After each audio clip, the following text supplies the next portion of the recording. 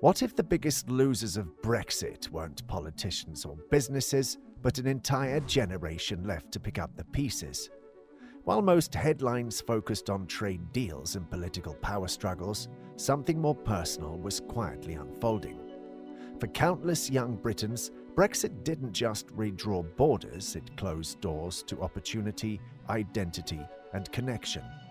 In this video, we'll uncover how Brexit reshaped the lives of young people, from lost jobs and study programs to a fading sense of belonging in Europe. Brexit has slammed the door shut on a world of opportunities that were once wide open for young Britons, and the consequences are far more personal than political rhetoric ever lets on. Take Alex, for example. A driven, ambitious 25-year-old from Taunton, fresh out of university and ready to launch into the next chapter of his life. He had his sights set on a fintech startup in Germany, aiming to spend just a year or two soaking in the language, culture, and invaluable hands-on experience before bringing it all back home to start something of his own. It wasn't a dream of permanent relocation, just a temporary adventure to grow, learn, and return better equipped, and that dream hit a wall. Thanks to the lack of youth mobility agreement between the UK and EU, Alex found himself tangled in red tape and facing hurdles that made the whole plan unworkable. Without the freedom of movement that once came standard with EU membership, he had to shelve his vision entirely. This was a missed opportunity for the UK to benefit from the skills, insight, and innovation he would have brought back with him. Now, multiply Alex's story by thousands. Erasmus was another vital route to experiences like the one Alex hoped for. It wasn't just about studying abroad, it was about breaking out of your comfort zone, discovering new perspectives, and building international networks that often shaped entire careers. But after Brexit, the UK pulled out of Erasmus, ending decades of cultural educational exchange that helped young people thrive far beyond the classroom. The replacement, the touring scheme, falls short in reach and ambition, leaving many without the same level of access or support. Other students affected by Brexit's damage say that looking for a corporate gig or long-term relocation has become a nightmare. A winter of seasonal work, shared experiences, and memories abroad are almost impossible to imagine. This post-Brexit reality is one of job rejections because Britain's passports no longer open the same doors that they used to. Before Brexit, young people could work across the EU with minimal fuss. It was practically a rite of passage. Now, securing a short-term job abroad means expensive and complicated permit applications, if you're lucky enough to even get considered. Employers across Europe now hesitate to hire British citizens for seasonal roles because of the added administrative burden, while young people from Ireland or Sweden, with their EU status intact, fill the gaps with ease. Let's talk about Leah Middleton. She grew up between the UK and France, and for her, feeling European wasn't something she had to think about. It was just part of her life. So when she planned to spend her gap year in Paris, it felt like the most natural thing in the world. But when she started looking into how to actually work there, things got tough fast. The rules were complicated, confusing, and full of extra steps that didn't exist before Brexit. What should have been a simple plan, working in a city she already knew and loved, suddenly felt impossible. Leah did manage to go back to her old school and help out as a volunteer. She loved spending time with the kids and even helped direct a little play. But here's the thing.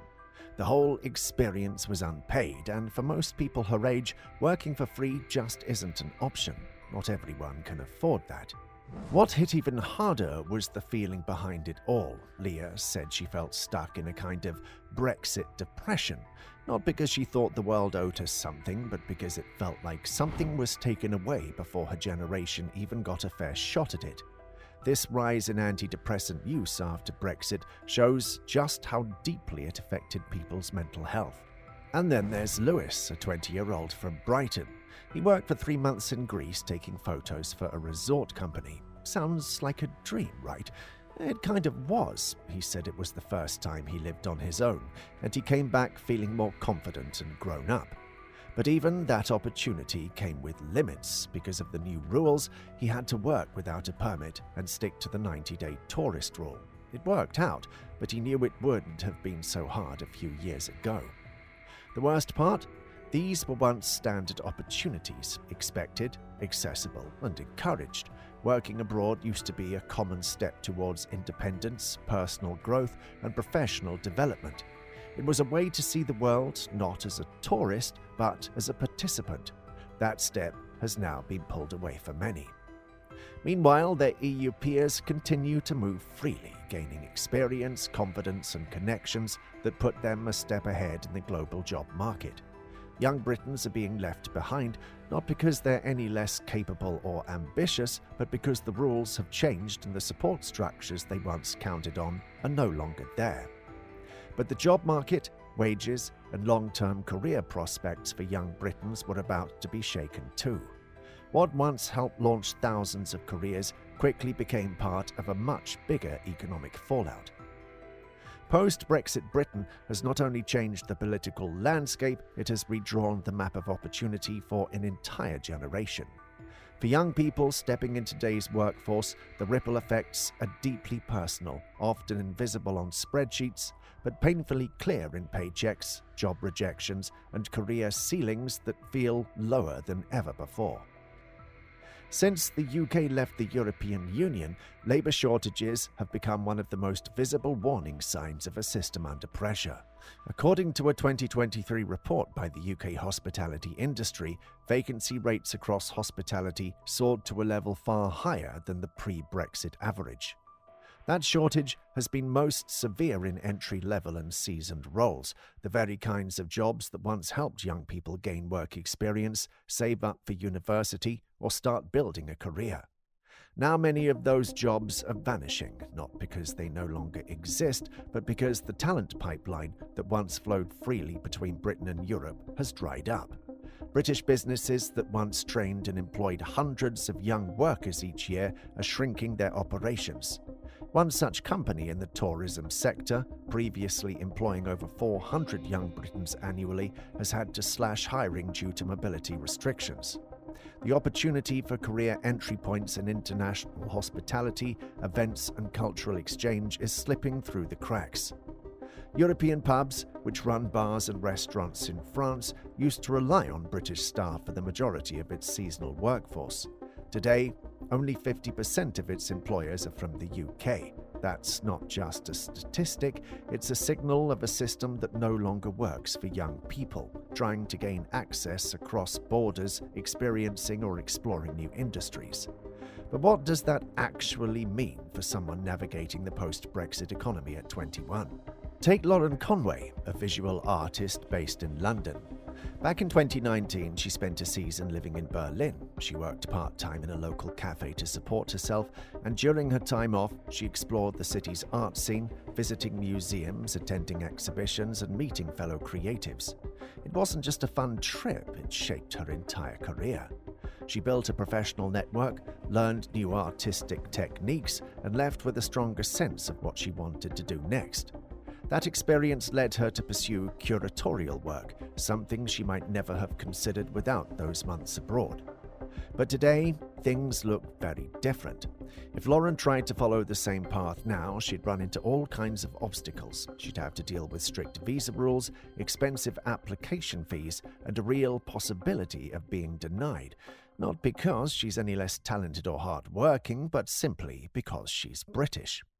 What was once a smooth, affordable, and exciting opportunity has turned into a complex and uncertain process. And this isn't just about Lauren. A study by the Resolution Foundation found that young people entering the job market after Brexit have seen their wages fall and their career options narrow. Between 2016 and 2023, average real wages for people aged 18 to 24 dropped by almost 3.5%. Brexit was named as one of the key reasons behind this decline. Many of the entry-level jobs that used to offer clear paths for advancement, like positions in tourism, translation, or international sales, have either disappeared or moved elsewhere. And it's not just a one-sided problem. Just as it's harder for young Britons to go out and gain experience in Europe, it's also become harder for young Europeans to come to the UK. That means fewer native French, German, or Spanish speakers are here to teach languages in schools. Fewer international students are joining British universities, and fewer energetic young workers are coming to help out in places like hotels, theatres, restaurants, and seasonal events.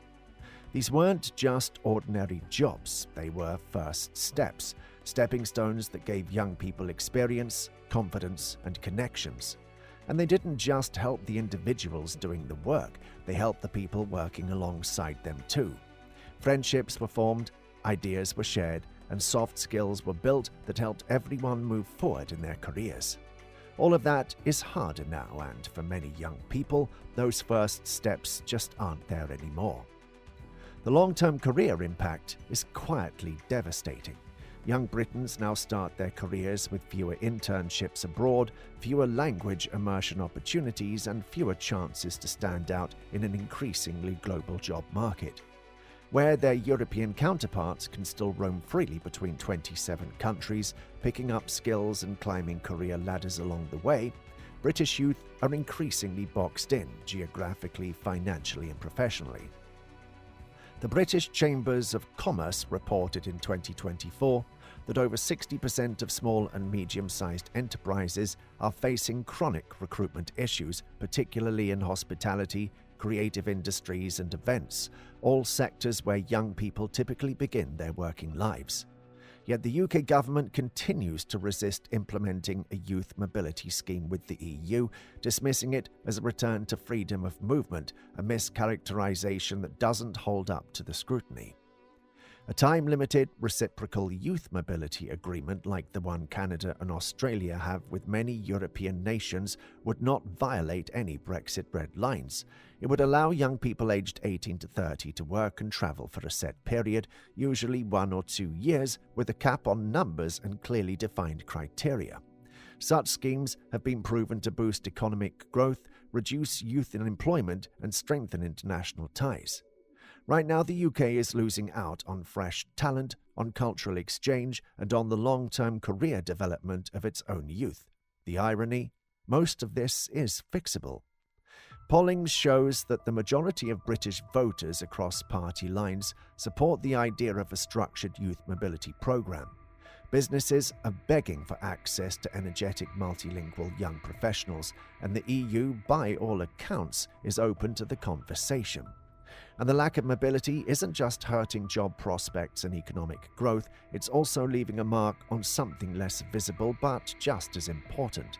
Beyond the numbers and policy debates, many young Britons are grappling with a deeper feeling of being cut off from themselves. Since Brexit, many young people in the UK have started to feel like they no longer belong in Europe. Before, they grew up thinking of themselves as both British and European. Traveling across borders, working in other countries, and studying alongside European students was easy and normal. But all of that changed after the UK left the European Union, and for many, it has caused a quiet but deep sense of emotional loss. Surveys and research confirm that this feeling is widespread. A major 2023 YouGov poll found that 75% of young people aged 18 to 24 believe Brexit was a mistake. Among those aged 25 to 49, more than 60% agreed. These numbers clearly show that most young people didn't want Brexit, and many still wished the UK had stayed in the EU. Another study by the think tank Demos back in 2017 showed that only about half of young UK adults identified as European after the Brexit vote. Many said they felt like something important had been taken away from them. Their European identity, once a quiet part of everyday life, now feels distant and out of reach. For young people like Gus Sharp, a 19-year-old from Margate, being European was more than just a passport feature, it was a part of who he was. Gus told Time magazine that growing up, he always believed he was a citizen of both Britain and Europe. After Brexit, he said he felt like the part of his identity had been taken away. He didn't vote for it. In fact, most people his age didn't, and yet it changed everything for them. What's happening now is that a new divide is growing between young people in the UK and their peers in the rest of Europe. While European youth can travel, study, and work across 27 countries with ease, British youth have to apply for visas, pay extra fees, and often get rejected. These barriers make young people, Britons, feel like outsiders, no longer part of something bigger. This isn't just about jobs or education. It's about how young people see themselves in the world. For years, being European meant being part of a wider community. Now young Britons often feel cut off, like their futures are more limited than they were before. Even those who try to find ways around the system feel different. The emotional and cultural cost of Brexit for young Britons is becoming more clear with every passing year. It's not just about politics or trade deals, it's about identity. Many young people feel like they've been pushed away from a shared European experience that shaped their generation. They didn't ask for this, yet they're the ones paying the price. And while they may find new paths forward, the sense of loss, of belonging, connection, and shared opportunity remains hard to replace. Whether this generation can rebuild what Brexit took away is still uncertain, but one thing is clear: they're already trying. Through petitions, grassroots movements, and new cultural exchanges, many young Britons are finding creative ways to stay connected to Europe.